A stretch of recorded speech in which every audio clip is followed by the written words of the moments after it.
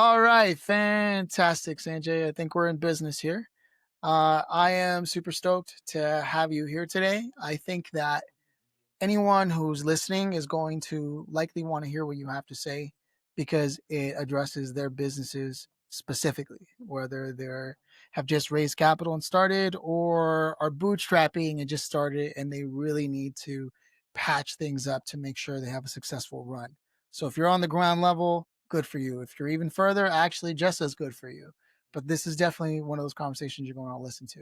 So I think where it makes the most sense is why don't you just give us, Sanjay, a quick rundown if you had to say it in a quick pitch and you met someone in an elevator, like here's what we can do for you. And it was a startup founder, what would you say to them? So I would say, as a startup founder and the world we live in, where a lot of things are service oriented, technology focused, building a product is important, delivering a product is important, creating a trust is the most difficult piece. Creating a trust with larger organization that you being a startup or somebody who's just has the fire in the belly can deliver extraordinary results is very difficult. So how do you build that trust is what we're going to talk today. So that is what we do. That is where I think we create value for startups, not by following traditional methods, but demystifying the trust is built of two components, quantitative and qualitative. So it's not about trust me, it's show how they can trust you. So I think in a nutshell, that's what we're going to talk about today. Okay. So if I understand this correctly from what we've got here so far, there are companies who are startups or small businesses who are looking to either partner as a vendor to an enterprise That's right. corporation or they're hoping to sell them something or whatever the case may be. And as anyone who's ever tried knows, working with an enterprise company is not easy. There are 45 people that need to make a decision and you need to be able to be a-okay across all of their eyes. Is this what I'm understanding? 100%, 100%, yes. And again, we are small peg in the full puzzle, right? So we are not the full solution in hand, but I think what we do and how we enable small businesses is an important component, and it's growing as well.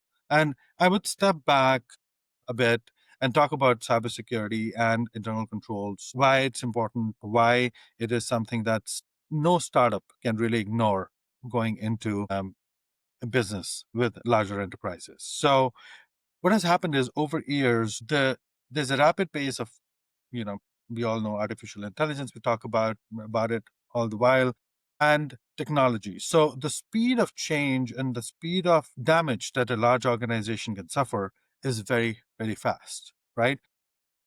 To avoid that, there are a lot of regulations that have come that are being put in place by different governments, states, and in general regulators. And the onus is on board of directors for these large companies. So board of directors are pushing down, saying, "Guys, show us that for everything that is significant that can bring the house down or which can be on Wall Street Journal tomorrow is being taken care of well."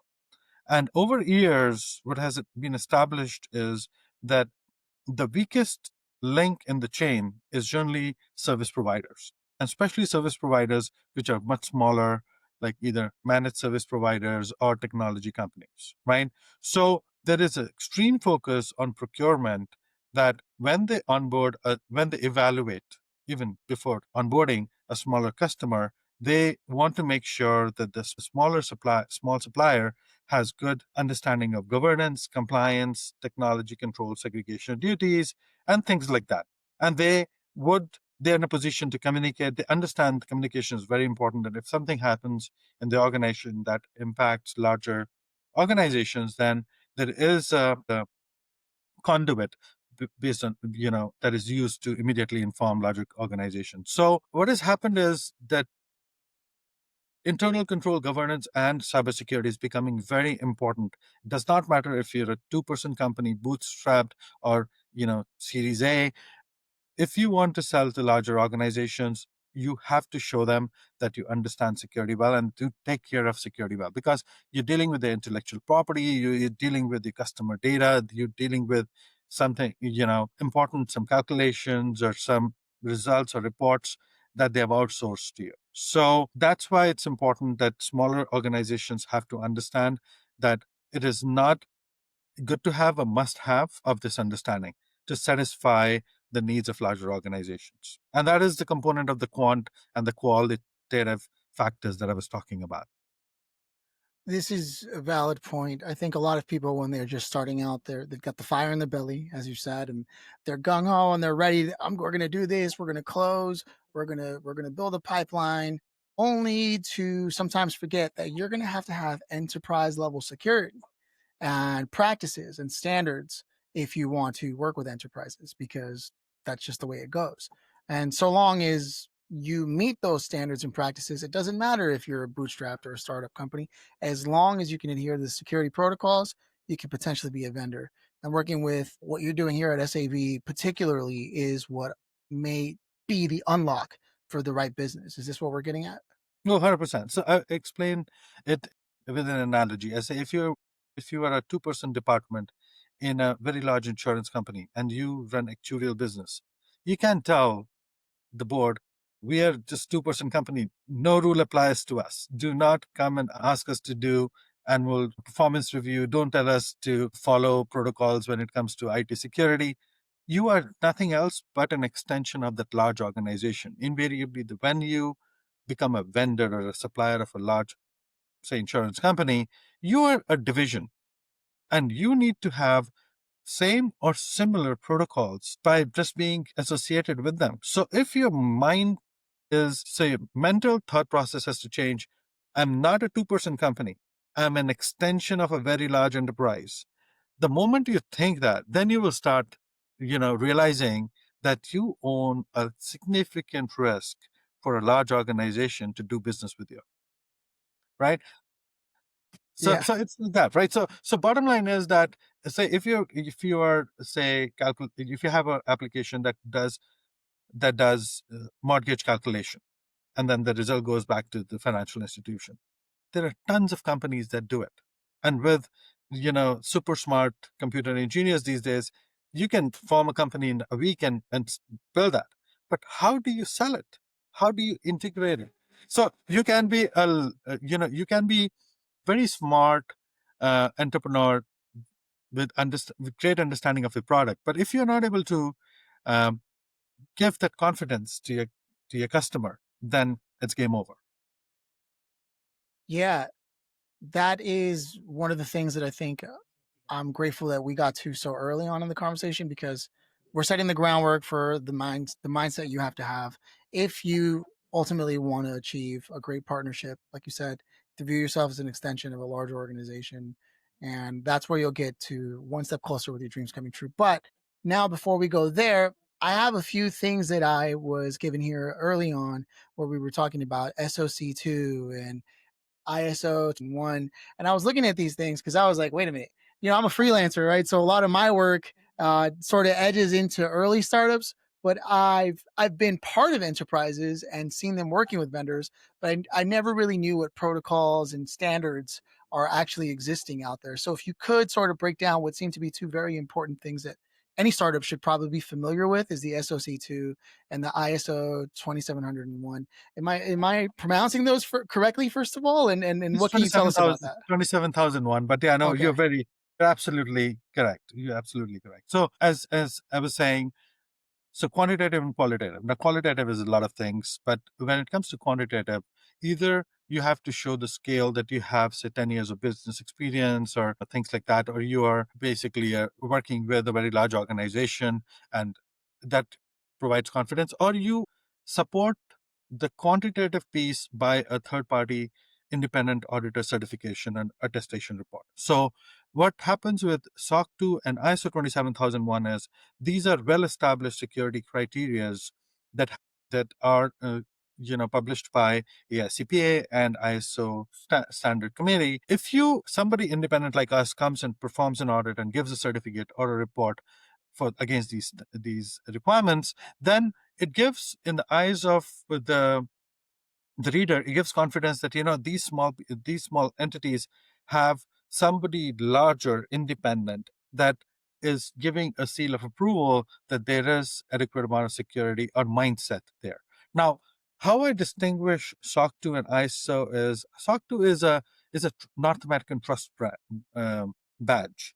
So SOC 2 is evaluated against standards that have been established by AICPA, and it has two components. It has governance, compliance, and risk on the top, and IT security controls at the bottom. So there are about 200 plus requirements within security. So an auditor like us, when we perform work, we check each and every requirement, most of the requirements, and we map it and condense it in 70 or 80 controls, which when the reader reads them, understands, yes, they have a regular IT meeting, they perform penetration testing, they have good segregation of duties when it comes to change management, they have incident management, security processes, they have security operations center reviewing their malicious activities and things like that.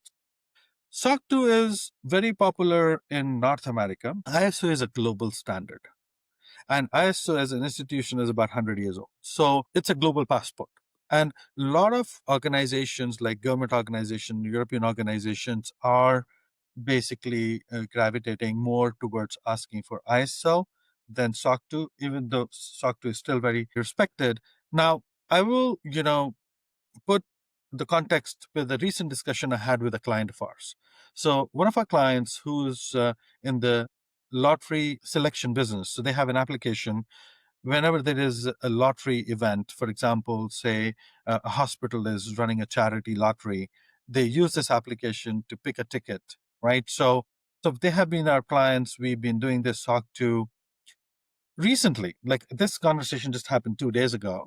And that is where they asked us, Sanjay, one of our clients has come back and said, because there is inconsistencies in SOC 2 reports against customers, they take time to kind of map back our controls with their security requirements. And that's why it takes time sometimes. Whereas in ISO, the requirements are solidly defined. There is no inconsistency between auditor A or auditor B because the requirements are well defined. So you evaluate it is thou shall have this. So do you Mm. have it or you don't have it? You pass or you fail. Whereas SOC 2 is customizable. So it takes into consideration that a 5-person company and a 5,000 people company can't be same. Some have two-person board of directors with an independent advisor. Others have, 10 people board of director with 10 subcommittees. Everything specializing into different areas, right? So SOC 2 gives that flexibility where you can cover more and you can go deeper into any topic that is of important significance to potential customer. ISO still covers most of the requirements, but in a very regimented way. So when you're a smaller organization and you issue a ISO report, then the reader knows that you have been evaluated against a specific criteria.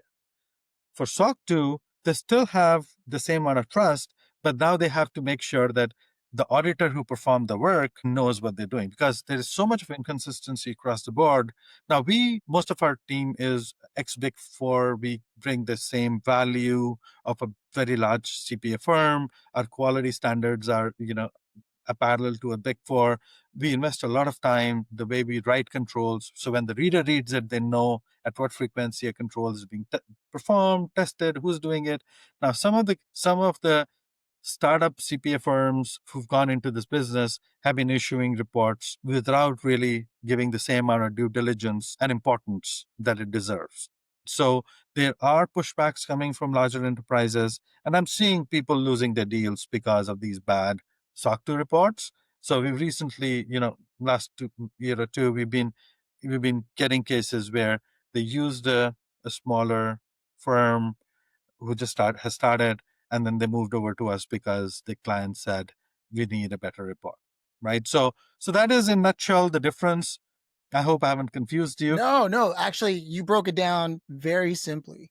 And I Yeah, appreciate that you did that because when I was looking it up earlier before our call, I was like, okay, um, all right. I was like, I think I mean, I read it, I get it, but contextually, I couldn't apply it. But as we have gradually been unraveling the layers here in the conversation, it makes perfect sense.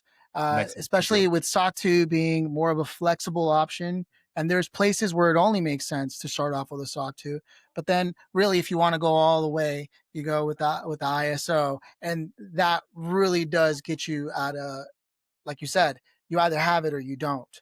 And once Yeah, that switch is on, you're global, baby. But with the SOC 2, because they, companies, if there's anything I've taken away from this, is the more people are on your team, the more you open yourself to risk, right? Because each person can be a channel for that, right? This is what 100%. this is subconsciously what's happening while I'm listening to you, and the definitions are very clear. And so what happened was, then I realized there's something philosophical happening here, and I know we have things we're going to get to, but I realized, why is it that finance and cybersecurity do have to be married in that way? Because I'm beginning to see that's really the intersection that you're at. And I'd love to hear your thoughts on where finance for startups and businesses and cybersecurity really do marry and why they're important. Is that a fair question to ask here? Absolutely. So before before getting you to answer the marriage between finance and cybersecurity and why it is important from governance perspective, I think one of the points I would like to say is, first question that we ask, or we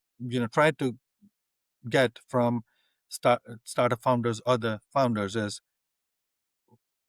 what keeps you awake at night? What can you make you sleep better? Not today.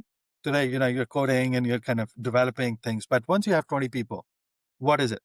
It is the systems, management by exceptions. I meet a lot of founders and they want to do everything. They're stressed. You speak to them and say, "Oh, I'm stressed," right?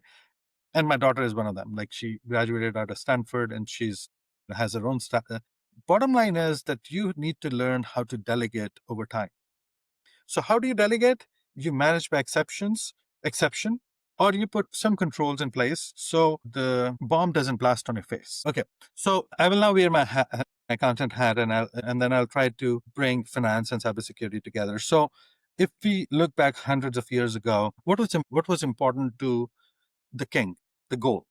And they had the finance. They had a treasurer or somebody who was taking care of the gold, right? And today, that gold is data, right? Customer data, client data, anything to do with data and technology. So, as much as the finance in traditional sense, when we talk about finance, we talk about numbers, plus, minus. But, bottom line is we need to have something which is measurable, reviewable, and quantifiable. And you can have something which cannot be measured, right? So even though cybersecurity is very virtual, but you have to put things in place, and we call it defense in depth. So if somebody wants to come and breach your cybersecurity, they have to still open 10 locks before they can really achieve their goals, right? So if you go back into the essence of why finance is there in the first place, is to protect something which is very important to the business. Cybersecurity, on the other hand, I would say, does the very similar thing, but not for physical cash and dollars, but maybe your cryptocurrency, right? So if you have 100 Bitcoins sitting somewhere against a traditional 10 kgs of gold, how do you protect it? Because now you have to measure what's coming in, what's going out, and do you have enough gates to protect it, right? So bottom line is that anything, even in cybersecurity, you have to measure things, review things, and manage them appropriately. Right. Yeah. The two most important functions of a successful organization in business has to be being able to protect the data that it connects not only your proprietary technologies and whatever else you may have, systems and processes, but also that of your customers, That's right. because that's just integrity 101, right? And the same thing goes with the gold. You obviously don't Yeah. want to be leaking any of that anywhere. From what I'm hearing is, if you want to decentralize failure points in what you're doing, and there just so happens to have been enough mistakes made over the course of time that we've kind of made it a protocol, a process, a standard, and a procedure, especially when working at the enterprise level, because of how massive an impact that could have, not just on an organization of that size, but everything they're connected to. Is that that's what we're getting at? And that's absolutely a fair point, right? So even though a lot of things might have been thrown on your face. And, as a common man who's not a cybersecurity specialist, you have encountered two-factor authentication where the code comes on your phone, OTP, or, encryption, you have HTTPS. So when you're communicating, it's not that somebody is listening, your messages, or talks. So every piece of that, or VPN, when you log in into something sensitive, you have to do, a VPN tunnel and things like that. So all these things are, and then authentication, authorization, what you can see, what you can't see. These are all doors that are protecting you. If you make a mistake or two that you just said, it's not catastrophic if you don't have anything built into the process, right? So, and all that doesn't happen in a day. Like, you have to think through it. We've seen so many, holes in the whole process. I come from an era, I've been doing it for over 20 years now. There's an enterprise policy that everyone will have 8-character password. And the person who does not have 8-character password is the administrator who's got the keys to the kingdom. His password is so simple that anybody can crack it in a minute. So you don't want that kind of function, right? Yeah, You're kind of protecting everything else, but the person who's holding the keys is like, okay, scot free. yeah. So you know what? There's always dark under the candle, as they say, right? No, I love it. I contracted with a huge international company to help them with their podcast, and they had me undergo cybersecurity training, and I couldn't skip any of it. It was like I had to sit there and watch the videos, making sure you turn off computers because there's hardware you're using that belongs to them and that leads to data. And so, from the contractor perspective, I can understand that. And as you relate the information, I begin to see how it's important for startups to be able to have those things in place, especially if they plan on working with enterprise people. So I feel like And we've one thing I would say that there is no need for the startups or the small businesses to really panic here, right. because the thing is, most of these companies start with AWS, Azure, GCP, or Oracle, which are very mature products. The only thing is, and 910 times we find people invest in technologies, but they don't configure it well. Yeah.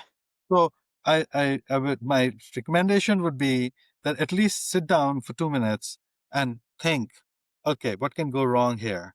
And what do I have in my hand that I can turn on so I can have a little more comfort? So, so it's like seatbelts are not put in the car to slow you down, but to help you move fast, but in a controlled manner so you don't crash and burn, right? Right. So these technologies are there not to slow you down, but if you go off rails, they'll hold you. I'll Yeah. put it. No, I love it. And I'm thinking to myself, when you do begin to onboard a new client yourself, do you usually speak to the CEO, the CFO, or the CTO? Because it sounds like the CTO needs to know this stuff. The CFO wants to know the CTO knows this stuff. And the CEO wants to know that both the CFO and the CTO have had a conversation about it. Is this true?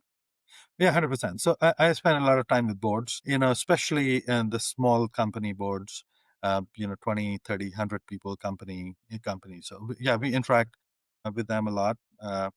I would not say a lot, reasonable amount when it comes to security, because our objective is, again, as I said, we distinguish ourselves as somebody who brings the values of Big Four, and we want to make sure that tone at the top is very strong.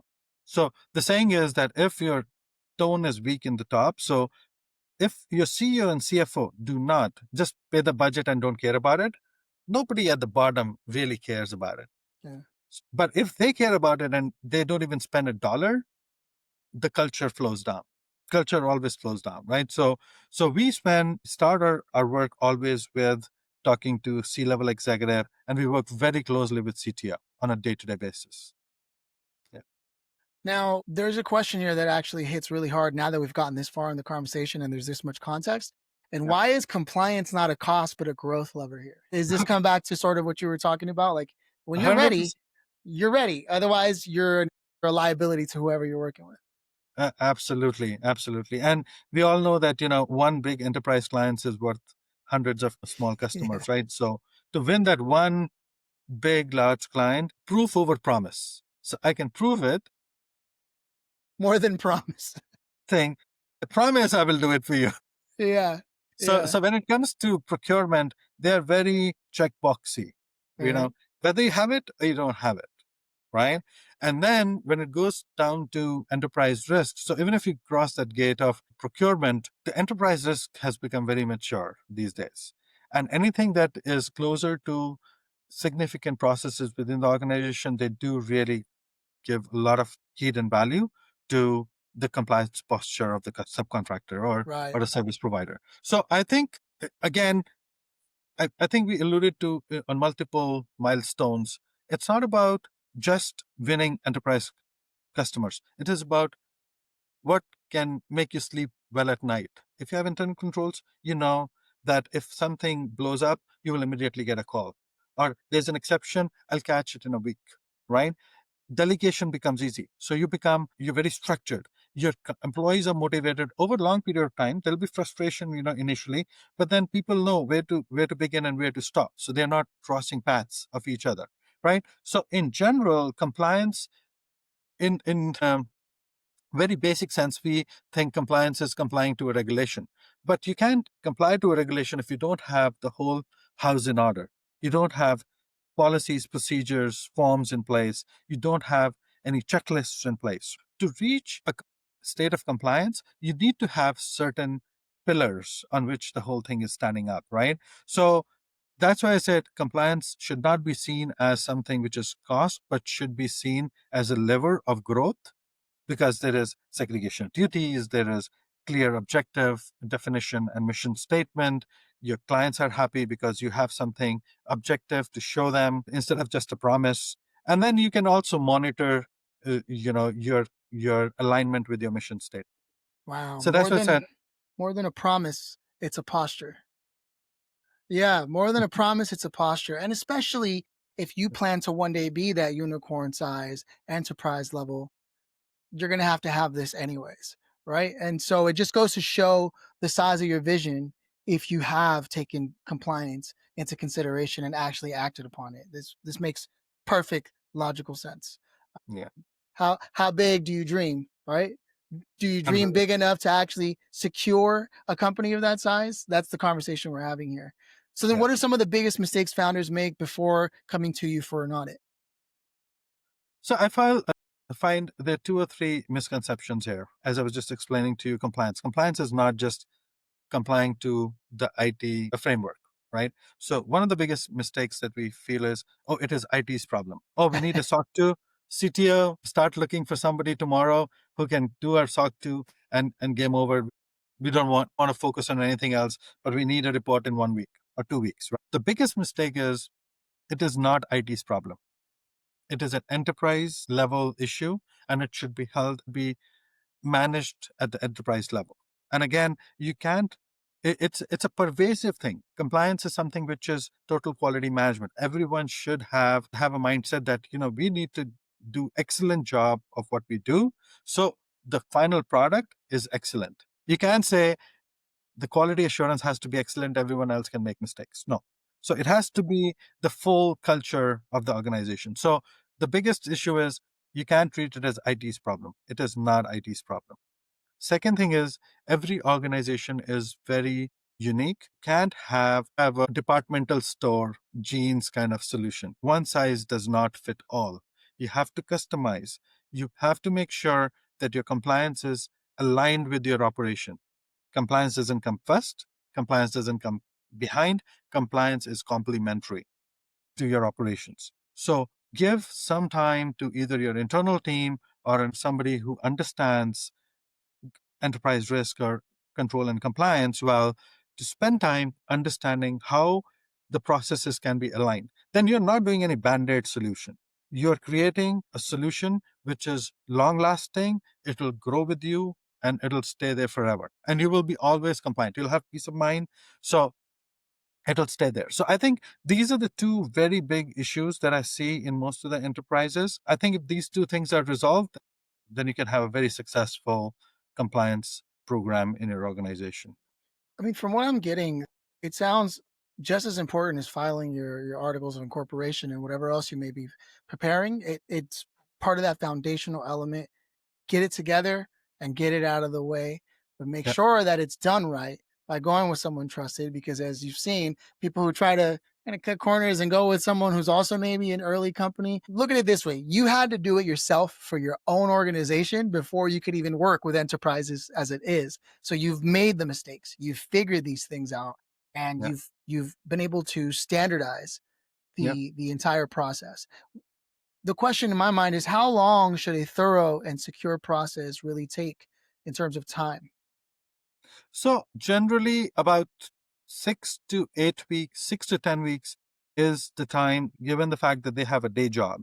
It's Right. not that they're exclusively doing it, right? So you engage a third party that comes in and understands at a high level what your organization is, what the customer expectations are, how do you perform day-to-day activities, what kind of security posture you have.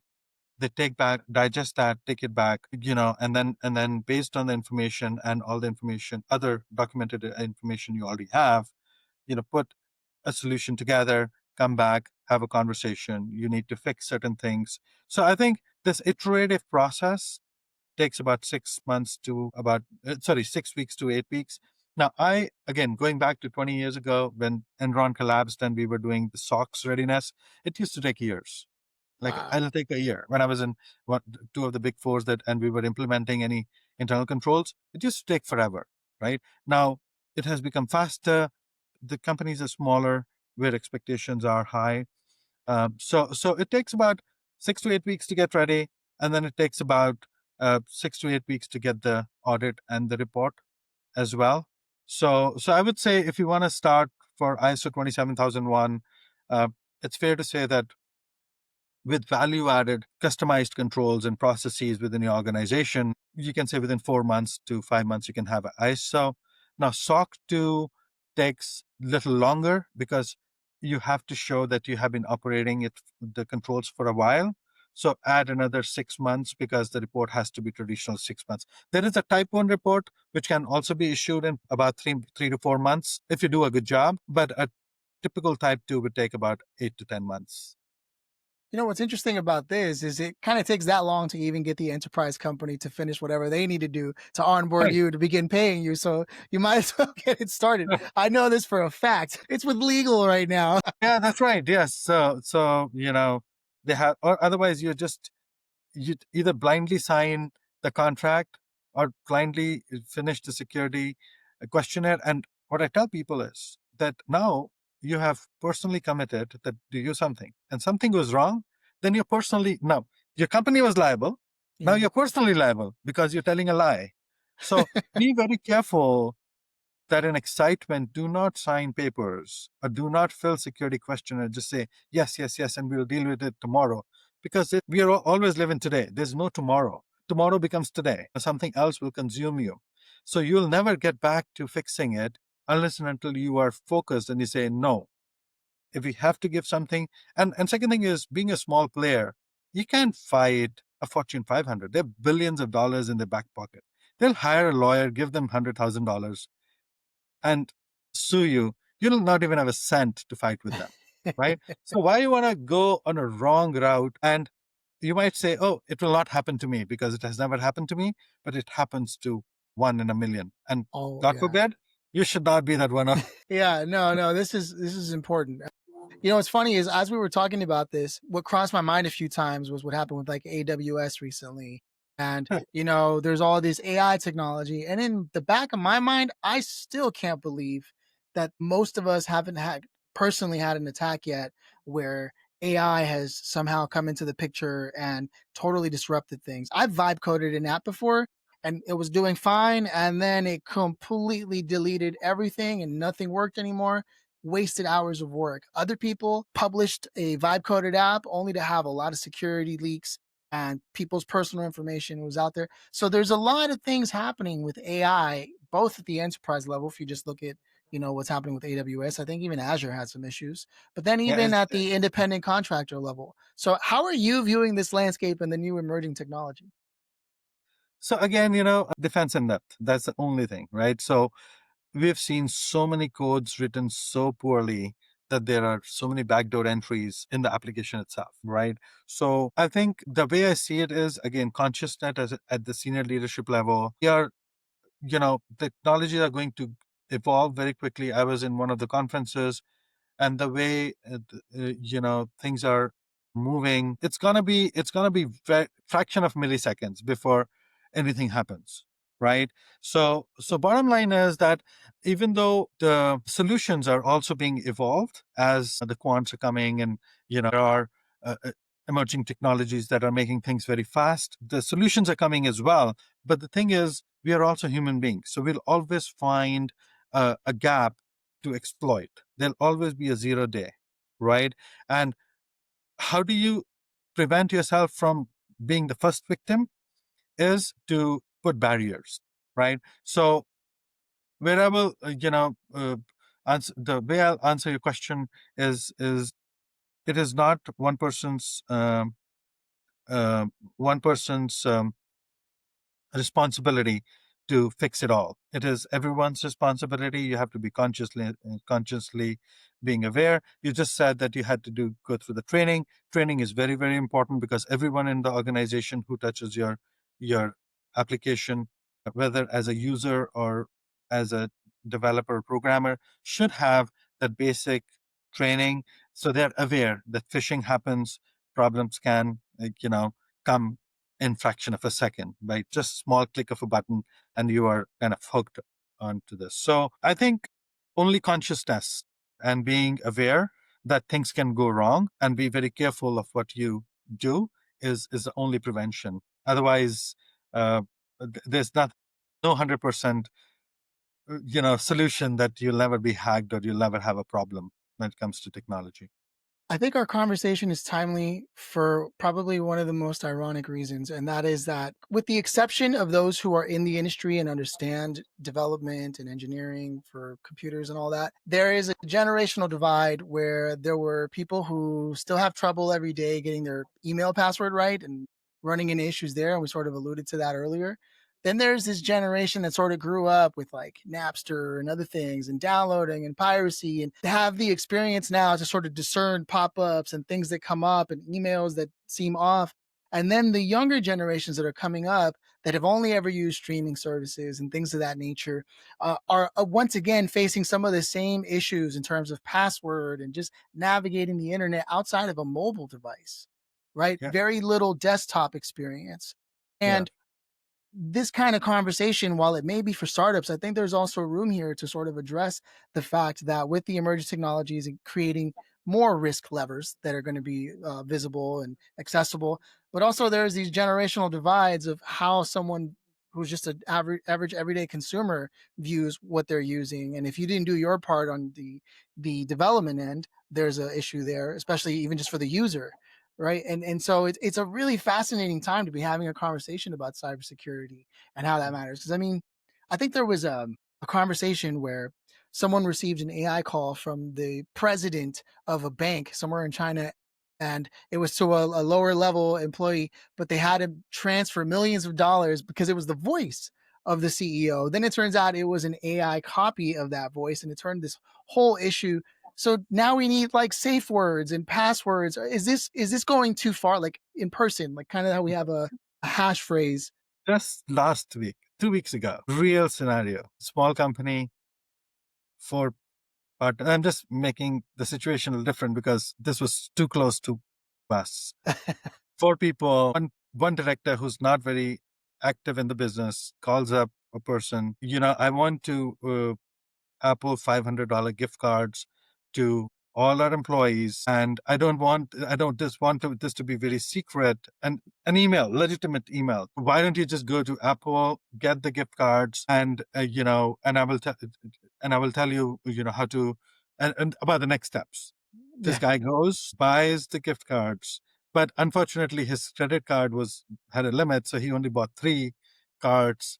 He came back, and then he called the other director and say, I got a call from her, and even though I know that I was not supposed to speak, but I could only buy 3, I have to buy another 5. And the other director said, really? And he called up the other director and said, no, I never wrote an email. And then they went back and saw the label was the name, but at the back end, it was just crappy email line, right? So what I'm saying is, when somebody is busy, they're they're stressed, they have 10,000 things to finish. A CEO calls and says, do this. You don't apply your brain. You just do it, right? And then, Yeah. and that, the scenario you're telling me, Especially with people have leadership. lost a Yeah. lot of money. Like, I live this, and life. There have been a lot of old people who've lost money. Like one person, I'm talking about 7 years ago. One person came to my office. He didn't have, he was our client. He lost about $300,000, and he didn't know what to do with it. We being his accountants, tax accountant. So no.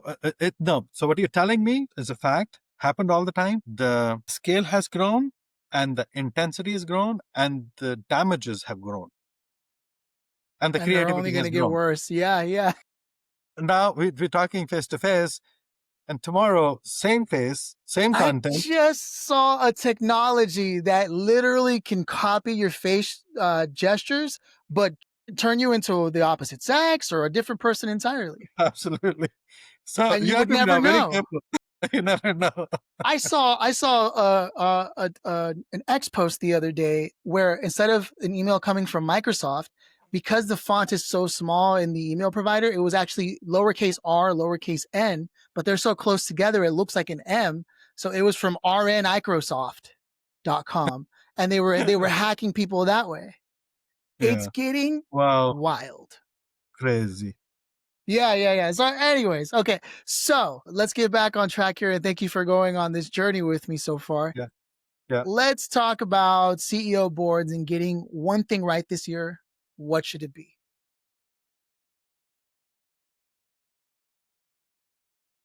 Do not ignore enterprise risk. And there are many things so I would say just engage someone who understands what enterprise risk is, and do not just focus on one piece or the other. Do not just focus on technology, focus on competition, focus on country risk, focus on employees. A dissatisfied employee can cause fraud. Focus on customers, vendor relationship. So I think board, one thing they can do well is call all the executives in the room with your trusted advisors, your lawyer, your accountant, or somebody that you trust and who's lives this life, and sit down with them and chart down all the risks that you think are applicable to you, even remotely. And the way I distinguish a risk professional against the engineer is, for engineer, 90% right is good enough, 10 will fix on the road. For risk professional, one chance out of a million is the problem. That one chance can bring down the whole kingdom. So you cannot ignore it. Even if there's the slightest chance of things going wrong, you have to assess, can it bring down the house? Or it cannot bring down the house. If it does not bring down the house, it's a low risk, move with it. But if you think that even one activity out of 100,000, if remotely happens and can create disaster, plug it, fix it. So I think engaging the right people, having a good conversation, it could be an offsite conversation, take your executives out for 2 hours, peace of mind, look at all the risks, and that's about it. And you'll find the path or the solution. That's such a. I literally saw something today, shortly before our call. It was on X. There's a company named Higgsfield that does video models, and they're sort of an aggregator of all the video models, and they have different tiers. And they let someone go, and as usual, it wasn't done in the best way possible. So, just like you said, disgruntled employee found a backdoor they hadn't offboarded him from. And this comes back to what we talked about: your processes, your risk assessment. Is your offboarding process complete? Because That's it right. wasn't for them, and he was able to still, from that access point, create a tier, what they called God mode tier, that if customers were to buy this, and he shared this on Reddit, they could enter God mode where there would be no limitation to what they could use. One way to think of it is if they run a credit system where every time you use it, it used up credits. Instead, it was an infinite mode. And you can imagine how expensive that was. Real issue here, though, is that it was integrated so that if they tried to close the account of the user, it would shut almost everything down in their company. This is a perfect example of why they should have. And Hicksfield is definitely working with enterprise. It's a big name. So this is not a good time. They are definitely in a not only a PR disaster, right? Where they've got to do some work there, but they also need a company to come in and help them plug up those risks. And it speaks to exactly what you're talking about. Yes or And no? that's what we do. That's what we educate all the organizations. And that is a checklist that we go through and make sure that those things are consciously integrated in the work that the organizations perform on a continuous basis. Man. Okay, and as we begin to close things out, Sanjay, and thank you so much for sharing this with me. When have you seen compliance become a breakthrough and not a burden? So every time, especially for organizations that are working with healthcare and financial institutions and things like that, which are very very very regulated industries. I think I've case in point an organization. They were struggling with one product, and they got the compliance done, and then they added few modules of similar functionality, but now targeted more towards healthcare and hospitals and things like that. And overnight, they were like from probably I don't know their revenue, but the amount of customers they onboarded and large customers they onboarded, like I would say if they were a million, there would be 10 million in a year. So compliance mindset also opens doors for you know path unknown or the areas that you have never been able to venture in the past. And I would say, when you work with professionals like us, and we've all kinds of clients in our portfolio, have a conversation. It's not that anybody's divulging any intellectual property, but then, conversations do lead the entrepreneurs to think broadly, broad strokes, right? So, yes, we are having challenges selling this service or product. What happens if we tap into something else and then focus on another area? So I think I've seen not one but many cases where clients were struggling to win larger engagements, and the moment they had a SOC 2 or a SOC 1 or a ISO, the doors were open for them. Now they did have to uh, also do other things like penetration testing and stuff like that. But I think it does open a lot of doors for you. And we have a firm both in Canada and the US. So a lot of our clients are in the US as well. Um, and this we see all the time that once they have a better mindset, they're not struggling with smaller businesses. They get into the big league very quickly. It makes perfect sense. Make it possible for you to take on any client That's without right. any need to worry. And the only way to Yeah, do that is to be compliant. that's right. That's Yeah. why compliant rhymes with client, right? Now, Yes, that's right. Be yeah, comfortable. yeah, Client I'm a being trademark compliant that. to people with compliance. Yeah, no, Oh man, yeah. comfortable with compliance. Yeah, yeah. No, Sanjay, I got to say, man, it's been an absolute pleasure chatting with you. I want you to take advantage of the red carpet I'm rolling out here. Where do you want the listener to go, connect with you? What do you want them to do? What's the call to action? So I think they can reach me if they're in Canada, 647-831-8322 is my phone number. In the US, it is 650-384-9786. I'm available on LinkedIn. I would be happy to connect with people on LinkedIn and chat with them. My email is my full name, Sanjay, Sanjay, Chadha, Chadha, at SAV Associates.ca. But the best way to reach me is LinkedIn. Send me a uh, join request, and I'll be happy to communicate with you. Absolutely. Fantastic. Again, thank you. This has been a genuinely fun conversation. It's so funny. We know there are risks every day of our lives, even just being a consumer, and yet sometimes we carry that same nonchalance into our business dealings, where a lot more is on the line, and we don't think about it.